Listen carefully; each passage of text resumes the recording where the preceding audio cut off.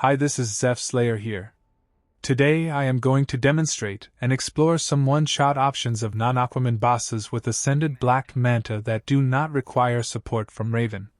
Here we start with a fight against the heroic 7 Tier 2 boss Power Girl in Ancient Judgment, which is one of my one-shots.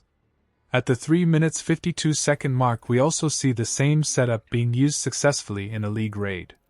Then at the 6 minutes 40 second mark we see a heroic 7 solo raid fight using twin blades on Manta. I have also displayed my Manta, his stats and build at the start of the first fight. This guy is presently ascended 1 level up, so it at 8 star. My assumption is that the Manta you will use will be at least 8 star as well. I used the beta club on him, and he is supported by a 7 star Vixen with a level 10 raid specific artifact, the Crown of Kondak, as well as a 5 star Zatanna with a level 10 Zatanna's puppet. So in essence only 32k attack passives from the raid artifact, but we have the famed beta puppet synergy. Now people normally say that the beta club is not good for Manta. It is definitely not the best artifact for a non-ascended Manta. But for an ascended Manta as well as a non-ascended one in some circumstances it is not a bad choice. Because the thing with this tech ascension passive is that while they power drain on critical attacks, it works best with beta club wherein their damage crits and power drains even when they tag out. So this helps keeping the boss power drained, which is useful because often in Manta fights with non-Aquaman bosses they somehow come out of stun early or do a super when they shouldn't, and just as your damage is picking you end up getting an extended tag out, or something that may make you lose Manta stacks, and you end up narrowly missing the one shot. So having the beta club crit on dot, and keep the opponent power drained is useful. Also, what you need to be careful about here is that try and build the Zatanna 300% damage before you start building Manta stacks. In the first fight that I tried this setup I started building Manta stacks ASAP, and in the absence of power to steal, Zatanna did not build up her damage boost and the one shot was missed by quite a margin. Also note there are select bosses where this will work. Other teams like Batman Ninja and Loa can overcome most resistances or even breach high defense bosses irrespective of class advantage with ease. However, Manta is ideally used on might bosses that don't have critical attack resistance, or even lethal attack resistance, definitely do not have reduced damage from basic hits and definitely additional defense. Here we see the fight with boss Power Girl ran pretty close due to 5 seconds of mess up front and my losing stacks at one stage. But even then it was a guaranteed one shot.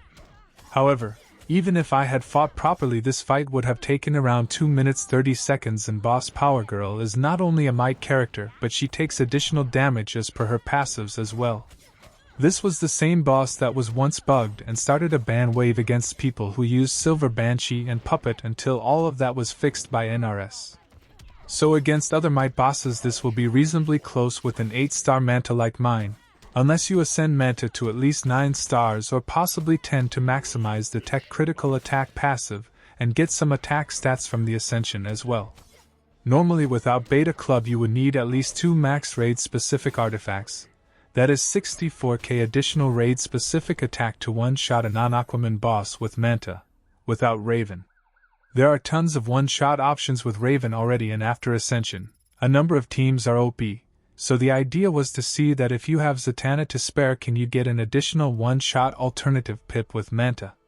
We are now commencing the footage of my Raid 10 one-shot of boss Dr. Fate using this same team and setup. I know there are plenty of options to one-shot Dr. Fate already, some possibly quicker than this, albeit this was pretty comfortable and most that take around this time. You can use Batman Ninja with either Batman Ninja Batman, or Batman Ninja Joker or Batman Ninja Gorilla Grodd as the damage dealer supported by Batman Ninja Robin mandatorily and one amongst many possible third character. Some people even use Raven and King/Raiden Twin Blades or Beta, or Beast Boy on this boss, but those are pretty strong and the teams are best saved for other League raid pips, unless this is the only pip you get to play in a coordinated raid. This was a pretty comfortable one-shot though.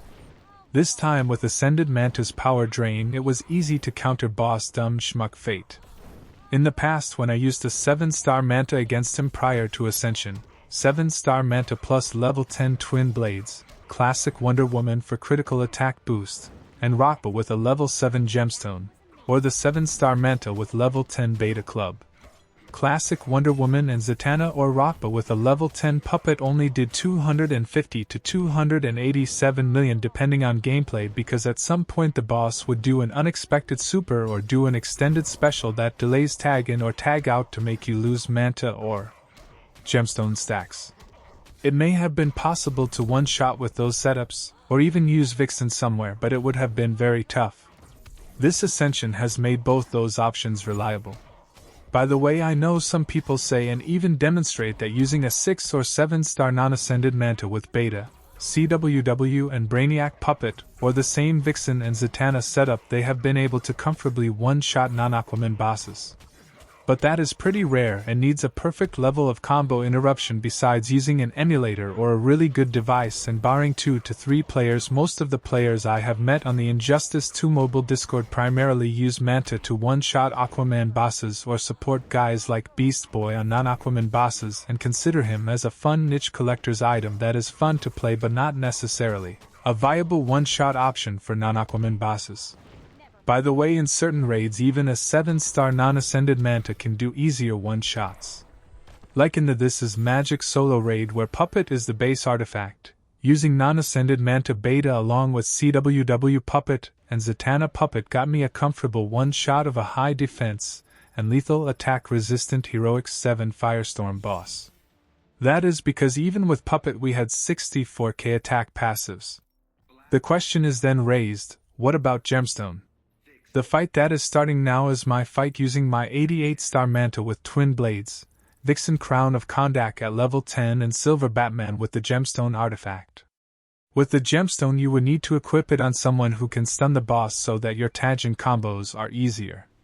Gemstone doesn't necessarily make every character Raven and needs synergies, and the fact that Gemstone stacks increase in duration as they increase makes it essential to be able to combo lock the boss, and that is easier with a Gemstone wearer that stuns, albeit in some circumstances if you have SGL as the third character or an easily combo interruptible boss you could build Gemstone stacks without stunning the boss.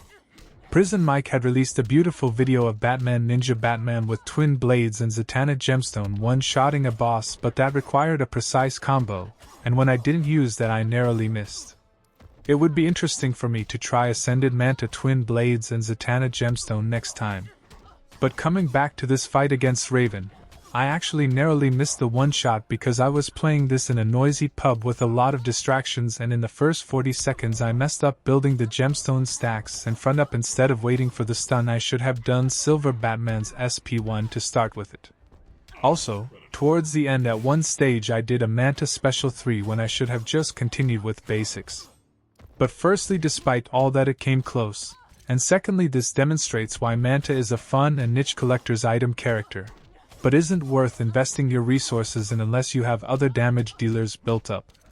With most teams even 1 to 3 gemstone stacks are enough for a comfortable one-shot, and most teams like Batman Ninja, League of Anarchy, Raven Raiden and Ascended Freeze can recover from mid-fight mess-ups to one-shot. Ascended Manta with Beta can potentially, as we saw in the first fight against Power Girl, he lost his stacks at one point but still recovered to do a comfortable one-shot. But non-ascended Manta with Gemstone was a pain, and if you lost either Manta or Gemstone stacks even once you lost the one-shot. With Ascended Manta twin blades overall it is not too bad, and given I used Silver Batman and not even Zatanna for an additional layer of buff, the fact that an 8-star Manta with twin blades nearly one-shot and was still in contention to one-shot Heroic 7 Raven is good. However, his missing the OS, despite some goof-ups from my side, is bad not only because of the level of investment in the character but because of the high number of buffs involved. So even with Ascended Manta twin blades and Silver Batman Gemstone you need to be on the ball with your combos from the first second. I didn't always maintain 5 gemstone stacks as the 5th stack duration is notoriously low, but Manta does a lot of damage in the 4th gemstone stack which stays for a while. You never know, if I had started this pip right it may have been over with 20 seconds to spare. In terms of purely free-to-play options excluding even the hard-to-get gemstone, Ascended Manta twin blades, Vixen raid-specific artifact and Zatanna/Rockba with a raid-specific artifact may one-shot, though will be hard. I will give it a go for my next Manta video.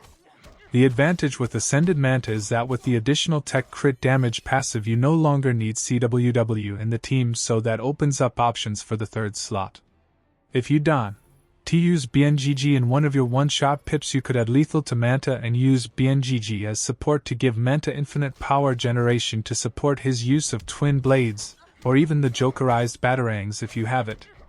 I didn't try Manta Beta and Silver Batman / Zatanna Gemstone as prior to Ascension using Manta Beta along with the Gemstone, where it gave very poor results, and the damage didn't pick up. It might after Ascension, but I am tentative to give that a go. By the way, we do know that even non-Ascended Manta with Twin Blades and Raven Puppet and Dr. Fate with a raid-specific artifact were a phenomenal one-shot team, and after Ascension this team would be OP. But our objective was to assess him without Raven. In summary, Ascended Manta at 8-star is marginally better than a non-Ascended 7-star Manta in terms of the reliability of his non-Aquaman one-shots without Raven. Best to use against Might bosses. It is ideal to use the teams and artifacts combinations I have demonstrated to begin with. Ascended Manta Beta, Vixen Raid Artifact and Brainiac Puppet, or Ascended Manta Twin Blades with Vixen and Zatanna or BNGG, wherein both have raid-specific artifacts, may also be potential options to probe in my next Manta video. Also, whilst an 8-star Manta is good for one-shots, it may be advisable to get him up to 9-star at least if you want to use him with Twin Blades against non-Aquaman bosses without Raven. That's it from my side. I hoped you liked this video. Do let me know your comments and strategies, and don't forget to hit the subscribe button.